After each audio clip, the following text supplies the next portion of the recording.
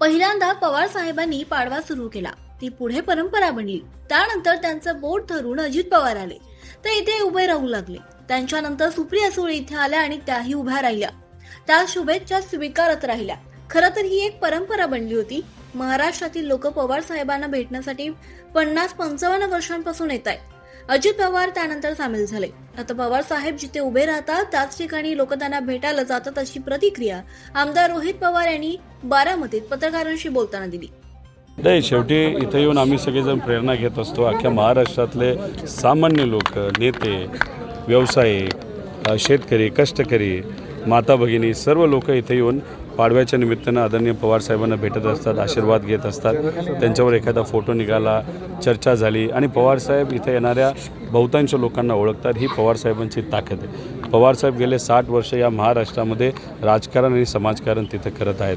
पवार साहेबांसारखा नेता या महाराष्ट्रामध्ये आता दुसरा कुणीही नाही, ज्याला खूप मोठा अनुभव आहे, लोकांची नाळ जुडलेली आहे। महाराष्ट्राच्या हिताचं काय हे पवार साहेबांना तिथं माहिती आहे आणि या वयामध्ये सुद्धा पुढे मोठी ताकद असताना, दबावतंत्र, पैसा, दडपशाही असताना सुद्धा पवारसाहेब भक्कमपणे सामान्य लोकांबरोबर महाराष्ट्र धर्म टिकवण्यासाठी तिथं लढत आहेत आणि ही गोष्ट लोकांना खूप प्रेरित करते आणि प्रेरणा घेण्यासाठी दिवाळीनिमित्त लोक सणासुदीचं सुद्धा इथं मोठ्या प्रमाणात येतात।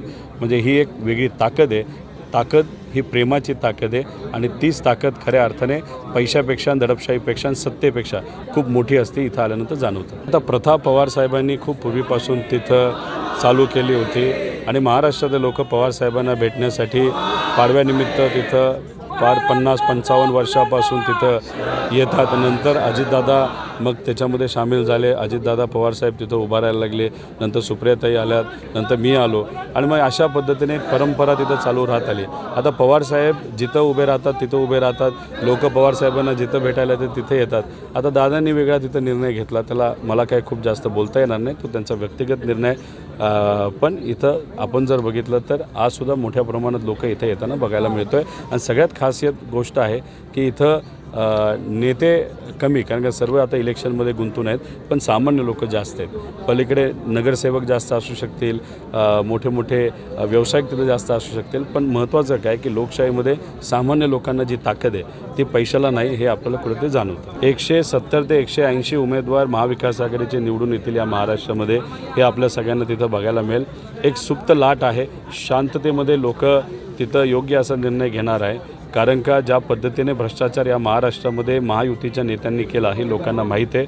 शेतकरी आज अडचणीत आहे। कालच तुम्ही जर बघितलं सोयाबीनचे रेट हे 2200 रुपयाला तिथं आलेले आहेत। त्याच्याचबरोबर दिवाळीसाठी फराळ बनवण्यासाठी खरेदी करायला जे लोक गेले होते आणि खास करून आमच्या लाडक्या माता भगिनी जेव्हा तिथं गेल्या होत्या, तेलाचे भाव, बाकी सामग्रीचे भाव बघितल्यानंतर जेवढा पैसा सरकार देतं आहे त्याच्या कितीतरी पटीने जास्त हा सामग्री घ्यायसाठी, नाही तर घरामध्ये दिवाळीच्या काही गोष्टी घेण्यासाठी तिथं खर्च होतो आहे। ज्या पद्धतीने घर पूर्वी रंगवलं जायचं, तिथं काय रंगरंगोटी केली जायची, स्वच्छता केली जायची, आज तसं कुठेही काही दिसत नाही। म्हणजे लोकांच्या हातामध्ये पैसा नाही आणि त्याचं मुख्य कारण जर आपण बघितलं तर महायुतीचं सरकार आहे। आणि सगळ्यात महत्त्वाचं काय, केंद्र सरकारच्या सर्वे केलेल्या एका एजन्सीने कालच रिपोर्ट दिलेला आहे की गेल्या 10 वर्षामध्ये महाराष्ट्राची मोठ्या प्रमाणात पिछेहाट झालेली आहे आणि गुजरात पुढे गेलेलं आहे। त्यामुळे भाजपचं सरकार जेव्हा महाराष्ट्रात येतं ते महाराष्ट्रासाठी काम करत नाही, तर ते फक्त गुजरातसाठी काम करतं। त्यामुळे महायुतीचे नेत्यांनी, खास करून देवेंद्र फडणवीस साहेब,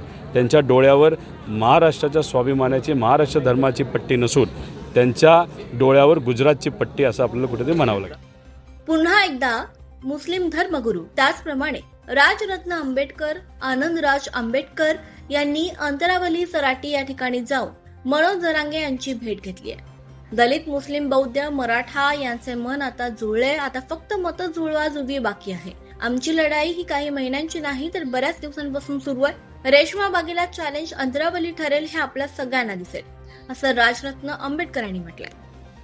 बऱ्याच वेळ आम्ही बैठक घेतली आणि बऱ्याच महिन्यांपासून ही तयारी सुरू आहे। मन या ठिकाणी मुस्लिम असतील, मराठा असतील, बौद्ध असतील, दलित असतील, या सगळ्यांची मनं जुळलेली आहेत। आता केवळ मतं जुळवण्याचं काम आपल्याला येणाऱ्या या 10 ते 15 दिवसामध्ये करायचं। मी अधिक बोलणार नाही, परंतु या देशामध्ये रेशीम बागेला चॅलेंज अंतरवाली ठरेल हे आपल्या सगळ्यांना दिसेल। स्वाभिमानी शेतकरी संघटनेचे नेते राजू शेट्टी यांनी मनोज जरांगे यांची भेट घेतली. जालन्याच्या अंतरावली सराटीत राजू शेट्टी यांनी मनोज जरांगे यांची भेट घेऊन त्यांच्याशी चर्चा केली. मनोज जरांगे यांनी शेतकरी चळवळीत काम करणाऱ्या उमेदवारांना मदत करण्याची भूमिका घ्यावी अशी विनंती यावेळी जरांगे पाटलांना केली. राजू शेट्टी यांनी अचानकपणे अंतरावली सराटीतून मनोज जरांगे यांची भेट घेतल्यानं राजकीय वर्तुळात चर्चांना उधाण आलं.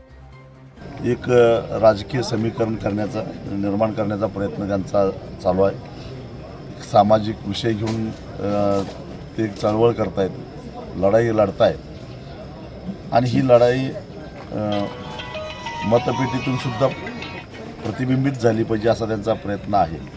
शेतकरी चळवळीमध्ये काम करणारे महाराष्ट्रातले आमच्यासारखे जे अनेक लोक आहेत, त्या चळवळीची पार्श्वभूमी असणारे, शेतकरी चळवळीची पार्श्वभूमी असणारे जे उमेदवार आहेत त्यांनाही मदत करण्याची भूमिका घ्यावी अशी त्यांना विनंती केली. परिवर्तन महाशक्तीच्या माध्यमातून आम्ही निवडणूक लढवतोय. त्यात स्वाभिमानी शेतकरी संघटना असेल, त्याचबरोबर शरद जोशी संघटना असेल किंवा MRS असेल, प्रहार असेल, आम्ही शेतकरी पार्श्वभूमी असणारे सगळे संघटना आहोत आणि ह्या उमेदवारांना ताकद द्यावी अशी विनंती मी त्यांना केली. मला जनतेनं लोकसभेला निवडून दिल्यानं लोकांना काठी हातात घेऊन माणसं हकलाची वेळ आली असा टोला जिल्ह्याचे खासदार डॉक्टर कल्याण काळे यांनी रावसाहेब दानवे यांना नाव न घेता लगावलाय. बदनापूर विधानसभेचे राष्ट्रवादी शरद पवार गटाचे उमेदवार बबलू चौधरी यांच्या प्रचार कार्यालयाचं उद्घाटन नुकतंच संपन्न झालं आणि यावेळी कार्यकर्ता मेळाव्यात बोलताना खासदार कल्याण काळे यांनी भाजप नेते आणि माजी केंद्रीय राज्यमंत्री रावसाहेब दानवे यांच्यावर चांगलीच टीका केली. भोकरदनमध्ये आमदार संतोष दानवे यांच्या उमेदवारी अर्ज दाखल करण्याच्या वेळी रावसाहेब दानवे हातात काठी घेऊन माणसांना घेऊन जात असल्याचा एक व्हिडिओ व्हायरल झाला होता आणि त्या व्हिडिओनंतर खासदार काळे यांनी दानवे यांना चांगलंच लक्ष केलंय.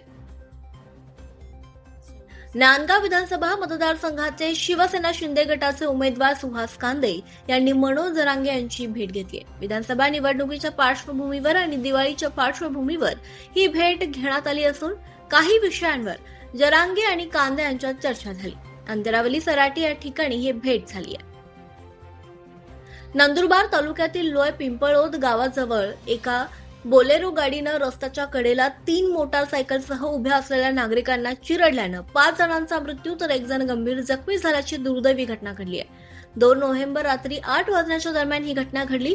दिवाळीच्या दिवशी गावातील 3घांचा मृत्यू झाल्यानं पिंपळोद गावावर शोककळा पसरली आहे. या प्रकरणी रात्री उशिरापर्यंत उपनगर पोलीस ठाण्यात गुन्हा दाखल करण्याची प्रक्रिया सुरू होती.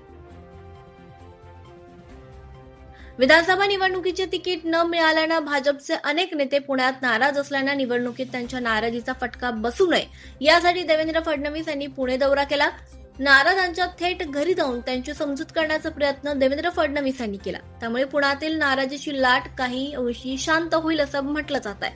विधानसभा निवडणुकीसाठी महायुती म्हणून 3 पक्ष समोर आहेत. तिकीट मिळवण्यासाठी पक्षांतर्गत प्रचंड स्पर्धा असल्यानं अनेक नेत्यांना विधानसभा निवडणुकीची उमेदवारी मिळाली नाही. गेली अनेक महिने तयारी करून शड्डू ठोकून ऐनवेळी माघार घेण्याची वेळ काही इच्छुक उमेदवारांवर आल्यानं साहजिकच ते नाराज झाले.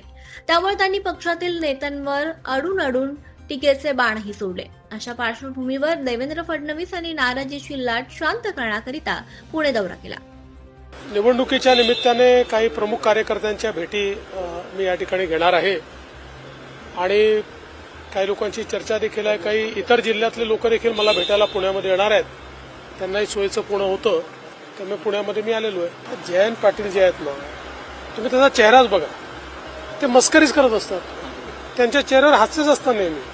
त्यांना सिरियसली घेत नका जाऊ तुम्ही. आमची भेट झालेली आहे. मी त्यांना ही विनंती केलेली आहे की पक्षाचे अतिशय वरिष्ठ नेते ते आहेत. पक्षशिस्त त्यांनी नेहमी पाळलेली आहे. पक्षाचाच विचार त्यांनी केला आहे. त्यामुळे अशा परिस्थितीमध्ये त्यांची किती नाराजी असली तरी त्यांनी पक्षाचाच विचार करावा. पक्षाची जी काही लाईन आहे ती त्यांनी सोडू नये. मला असं वाटतं की ठीक आहे, त्यांची नाराजी आपल्या ठिकाणी आहे, पण माझा जो गोपाळ शेट्टींचा अनुभव आहे ते साधारणपणे पक्षाची बाजू नेहमी राखतात. त्यामुळे पूर्ण अपेक्षा ठेवून आहेत की ते पक्षाच्या बाजूने निर्णय करतात. बलिप्रतिपदा निमित्त रेड्याची गवळी समाजातर्फे मिरवणूक काढण्याची प्रथा धुळ्यात कायम आहे. बलिप्रतिपदा सणानिमित्त रेड्याला सजवून त्याची मिरवणूक काढण्याची प्रथा धुळ्यात आजही कायम आहे. बलिप्रथा सणाच्या निमित्तानं गवळी समाजाच्या बांधवांच्या वतीनं रेड्याची सजवणूक करून त्याचे औक्षण करून त्याचबरोबर सजवलेल्या रेड्याची मिरवणूक सुद्धा काढण्यात आली आणि ही परंपरा कित्येक वर्षांपासून धुळ्यात आजही साजरी केली जाते. गवळी समाजाच्या वतीनं ही परंपरा टिकवून ठेवण्यात आली आहे. धुळ्यात रेड्याची मिरवणूक पार पडली आहे.